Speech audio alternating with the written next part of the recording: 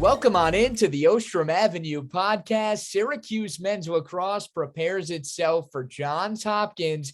And today, Johnny Gadamowitz, Ethan Frank, we're joined by a very special guest.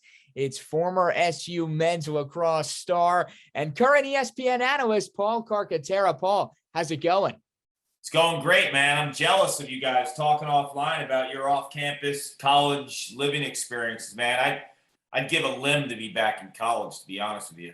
Reminiscing, to say the least, I'm sure. But we got a lot of lax time. As much as we can reminisce about all the wonders of the Syracuse campus and everything that this great university has to offer, we got a heck of a lacrosse game to preview. When you look at when the schedule came out at the beginning of the year, I think we would all agree that this was one, given the coaching situations and whatnot, that was circled on the calendar. Paul, let's hop right into it here. You know, from a Syracuse standpoint, before we dive too deep into this weekend's matchup specifically, what are some of the early, first 5 games in, some of the bigger takeaways that you've observed when watching the Orange in 2022? Well, look, I think right off the bat, they're playing a brutal schedule. So it was a team that I felt depth-wise probably couldn't afford too many losses. And then right off the bat, their most skilled offensive player, you could argue, in Owen Hiltz, is down for the count and potentially for the season with an upper body injury. So I thought that was a huge blow. Tucker Dordevic and Brendan Curry are elite nationally in the mix type players when you think of all their star power and what they do from a dodging perspective. But I just thought Owen Hiltz was a calming force on the attack, a great lefty outside shooter, but really an elite passer as well. And the through passes, I think, just open up opportunities for outside shooters like Dordevic and Curry and Lucas Quinn. So I thought the loss of Owen Hiltz was really, really big. So my expectations, to be quite honest with you, when I looked at the first 4 games, I looked at Virginia and Maryland as big uphill battles. I didn't factor in the Orange winning those games. I thought Army would be like a flip of the coin. And if you watch that game, it kind of was. I mean, it went back and forth. Both teams had runs.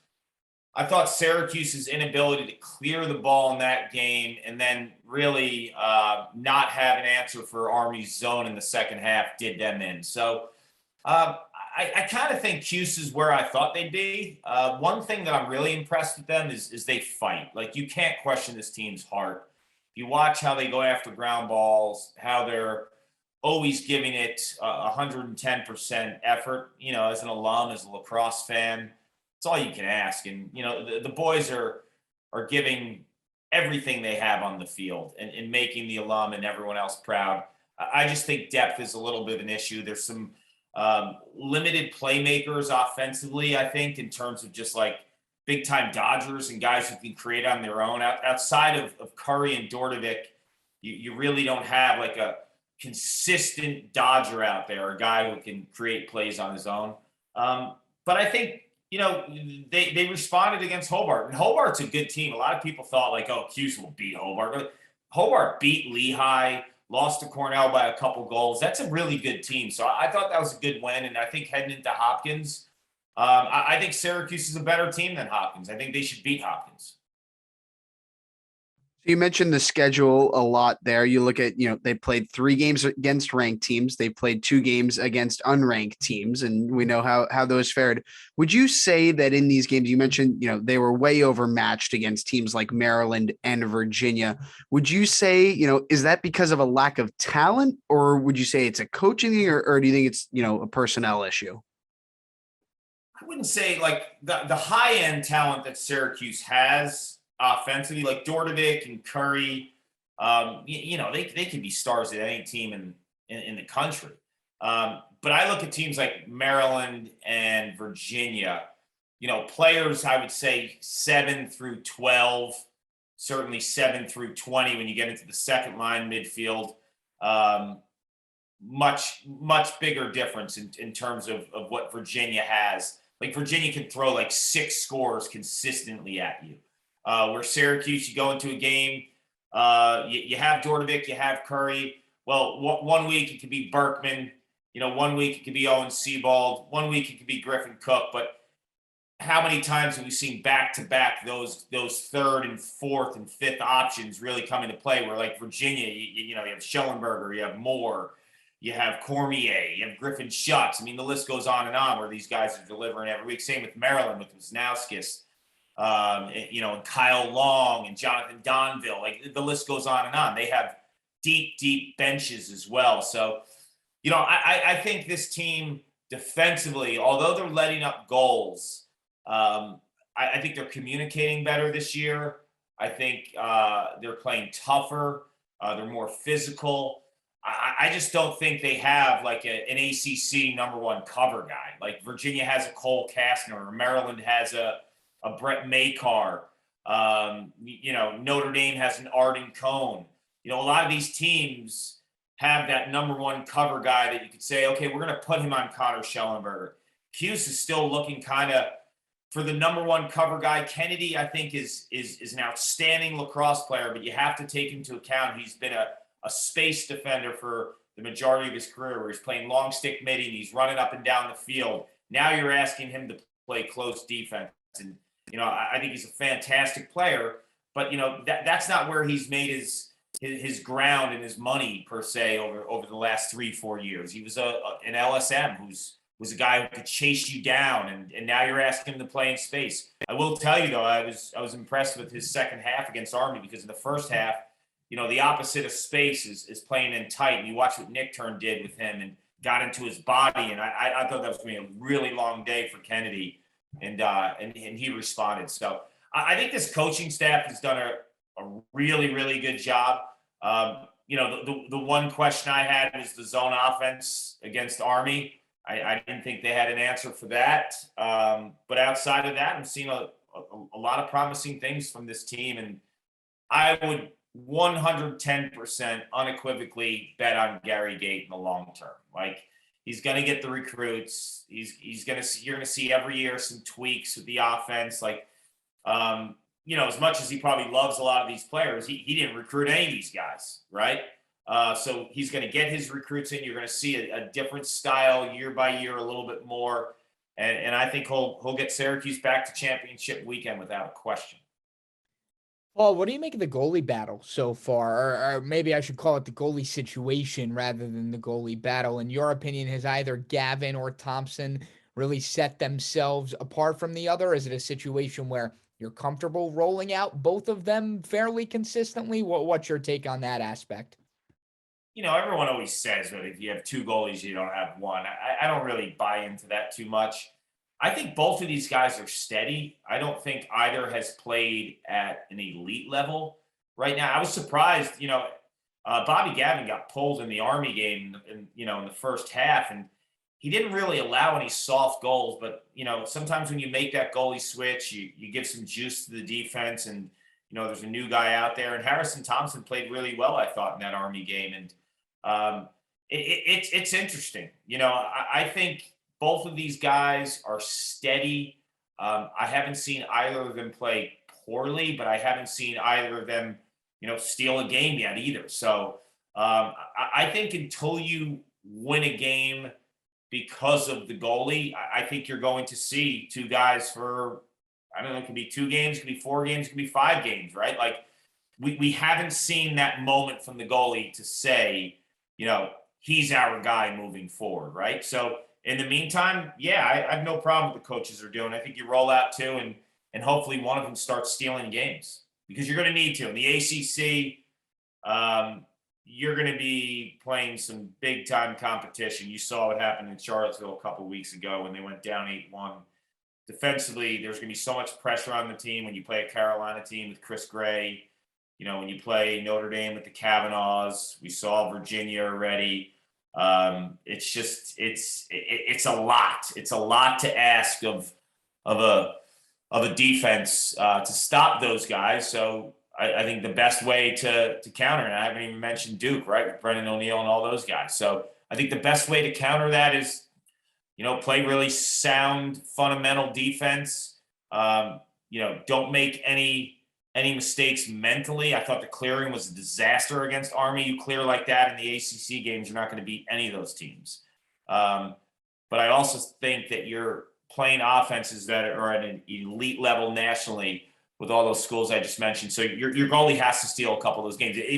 If Syracuse is going to get ACC wins this year, Bobby Gavin or Harrison Thompson are going to have to play lights out on their heads, for those games. That's just the reality. There's a lot of pressure on those guys. And I would say the same for Carolina. Like, Carolina is similar defensively with Syracuse in terms of they don't have the number one cover. Everyone else has a number one cover. Notre Dame has a number one cover with Arden Cohn.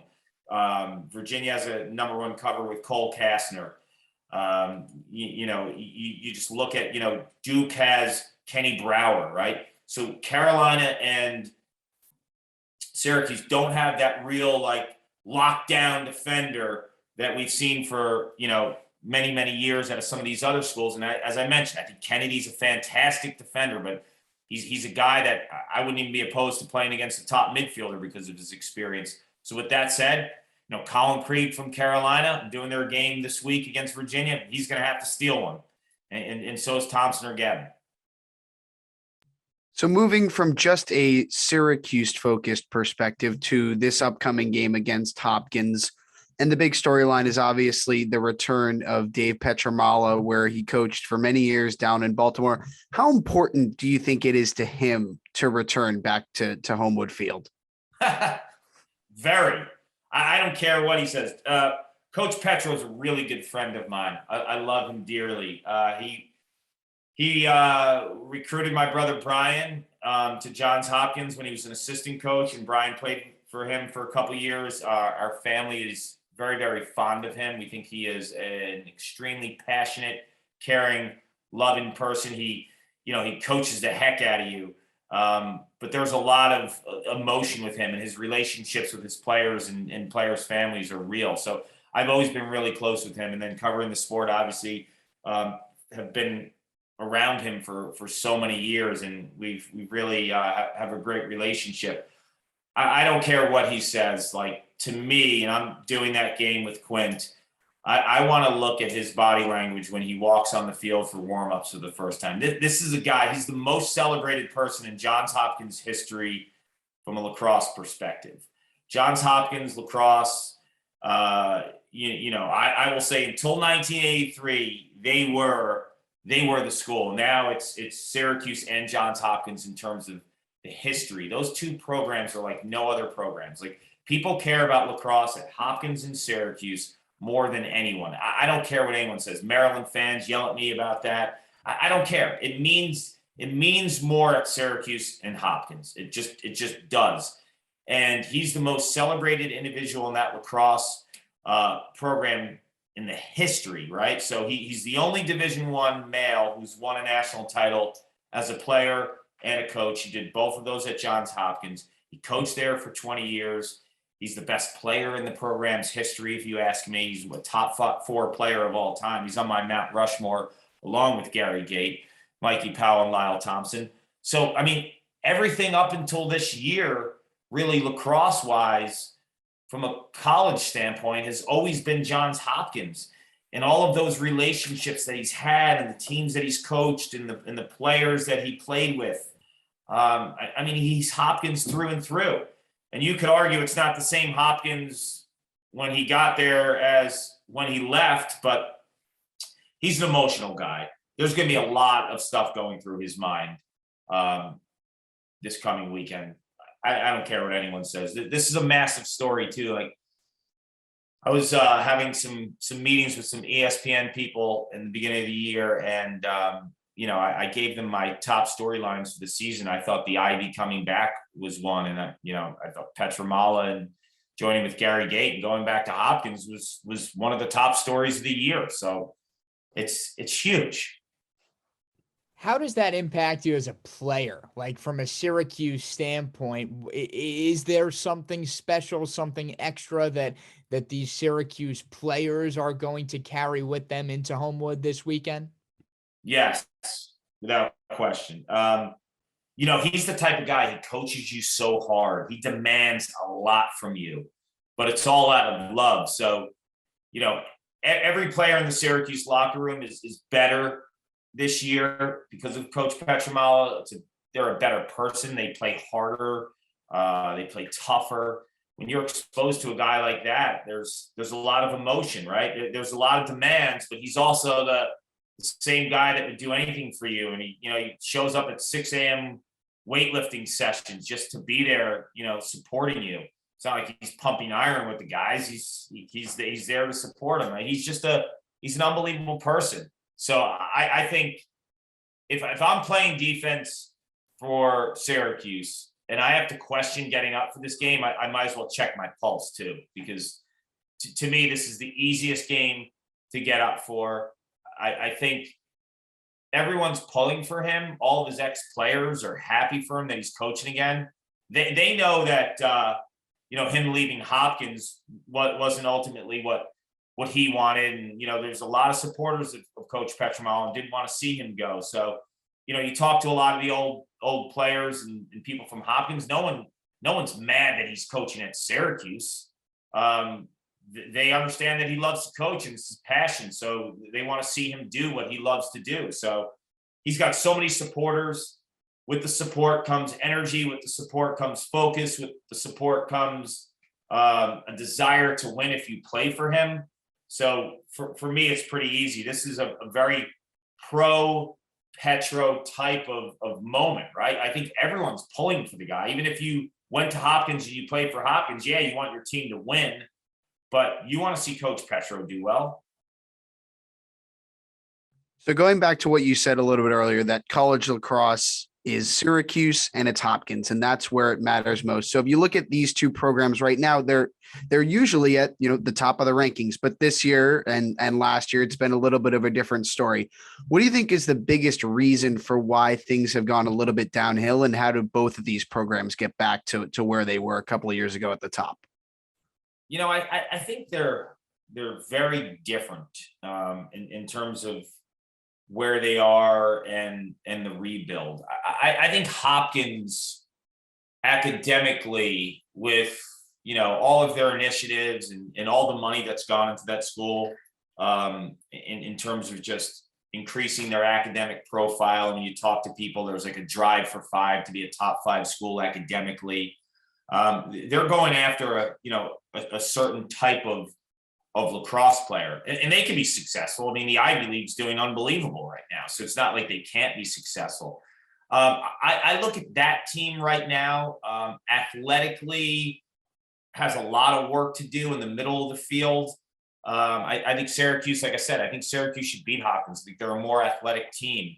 But I think Hopkins and Pete Milliman is a coach at Cornell. He was able to find some guys that a lot of people didn't recruit, and he was able to develop them. So I wouldn't necessarily bet against Hopkins, but I'm just a little bit more bullish. And it's not just because I went to Syracuse. I'm a little bit more bullish on the future of Syracuse based on the fact that, yeah, they have the greatest player of all time coaching them. And a lot of people say just because you're a great player doesn't mean you're a great coach, but he is a great coach too. He's coached Canadian national teams to world championships. He's coached, Syracuse women's to 7 Final Fours. I mean, he's coached MLL teams to championships. Gary Gait knows lacrosse. He knows winning lacrosse. He knows how to evaluate talent.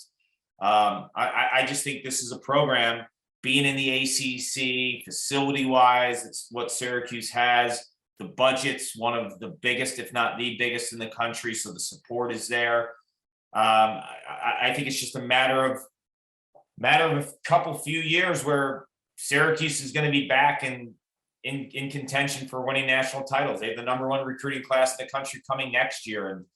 And he's going to, dig his boots in the ground and find another great class in the 2023s and 24s, finishing up with 23s. And then, you have a new slate of 24 recruits from a high school standpoint, 2024 graduating class that opens up next September. I fully expect him to be in the mix for a top class again. So I just think they're very different programs. I'm not comfortable saying Hopkins can't get back. I think they're going to have to come back with identifying some talent, maybe that is not as desirable in terms of rankings and what have you. where I think Syracuse is going to be able to be in the mix for what people think as high school lacrosse talent, and doesn't always pan out, as the top players in the country. And I think they're going to be very successful doing that. All right, so there's your big picture, but last one we got for you, Paul, bringing it back to this Sunday. What's one thing you're really keying in on as far as an X factor that could be the difference maker to who walks away with the W?